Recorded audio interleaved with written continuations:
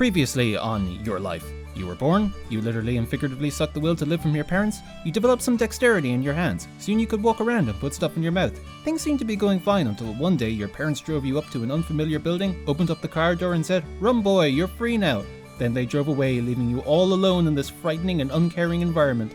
Welcome to the real world, asshole. Here's your Super Value Club savings card and the complete series of Becker on DVD. Learn to love it because your future holds nothing better. My name is Connor and this is Being Irish in Ireland.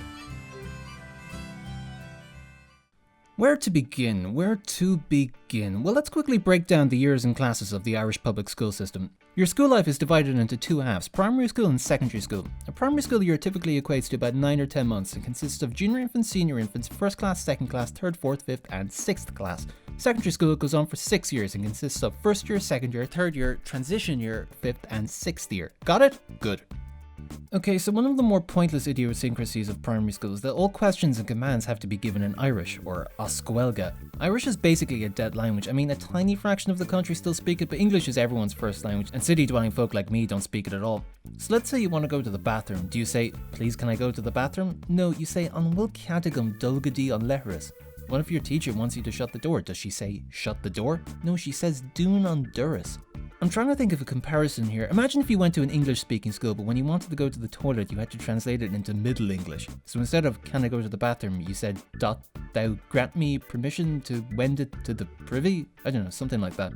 The hilarious thing about these phrases is that everyone learns them by rote, so no one knows what the individual words mean. In fact, we don't even know for sure if what we're saying is correct. We could be putting up our hands and saying 9/11 was an inside job. You wouldn't know.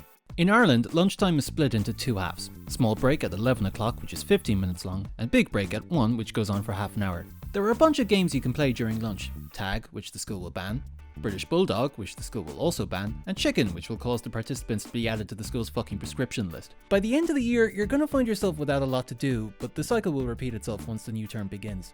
Your lunchtime experience will also depend on how much the Parents' Council decide to overextend themselves. The Parents' Council is basically useless in all matters except lunch. They are fucking obsessed with lunch. You see, there's this sentiment in Ireland that everything we do is pure and sacred, and everything the Yanks do is vile and corrupted.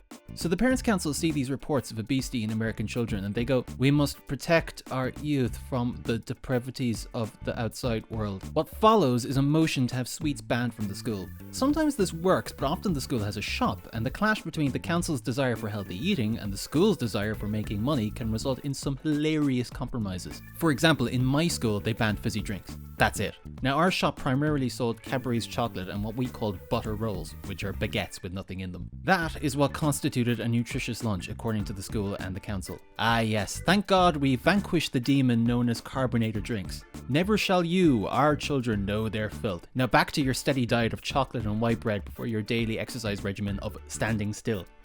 So by now you've settled into your new life. Yeah, you'd rather be at home playing video games, but school isn't that bad, and plus you've made a few friends, so it's all good. You're 11 or 12 years old, just finishing up in 6th class, and soon you'll be in your first year of secondary school. That sounds a little intimidating, but sure, you've made it this far. You'll be grand. As long as you know who you are and remain true to yourself, you can take whatever life throws at you. And then puberty hits. And soon you're being violently assaulted by your own body. And now you're embarrassed by everything. And everyone else is too, so to alleviate their own embarrassment, they make fun of you whenever you do something to humiliate yourself. You bump into a table and apologize, and everyone laughs at you. You slip on a wet floor, and everyone laughs at you. You're half asleep and the teacher asks you who the first communist leader of North Korea was, and in a panic you blurt out, "Charles Ohi?" Well, the class is silent except for that one swat in the front row who starts laughing, and then the rest of the cunts join in. Oh, I fucking hate him so much! In secondary school, there are 4 core subjects that everyone has to do and a bunch of optional ones. The subjects I took were maths, English, Spanish, history, geography, and biology. Now, I was shit at maths, I hated it, and I know it's kind of fashionable to say that these days, but I'm claiming this one, so just, leave me alone. Spanish would have been really useful to know, but unfortunately, I, like most other English speakers, went, "Fuck that, the rest of Europe speaks some English, what's the point of me learning another language? Dos cervezas, por favor, that's all I need to know, am I right, lads?" English was one of my favourite subjects, but unfortunately your teacher won't have a clue. Not a fucking clue. Most likely there'll be some dimwit who gives you shitty entry-level analyses of Shakespeare, openly brags about how they don't read books, routinely misspells words, and doesn't know what font and materialism mean.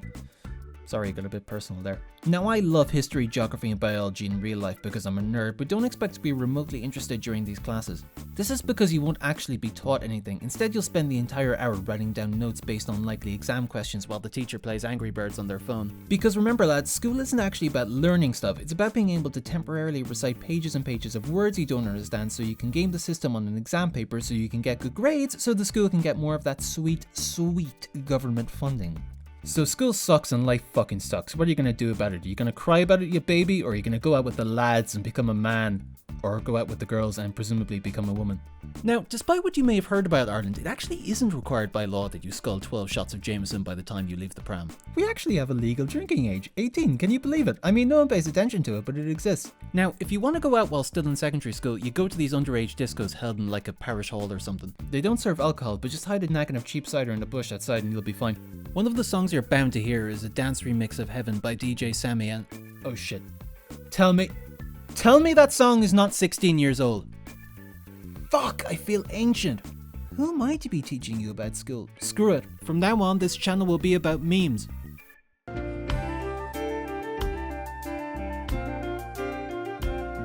I am the glob glow gab galab, the schwabble double wabble gabble flibber blabber blab. I'm full of Bacon and cabbage. kind. I am the yeast of Potatoes and Guinness. blabber glibber glabber shwibble schwab glab. Dibble double shwibble shwabble glibber glab schwab.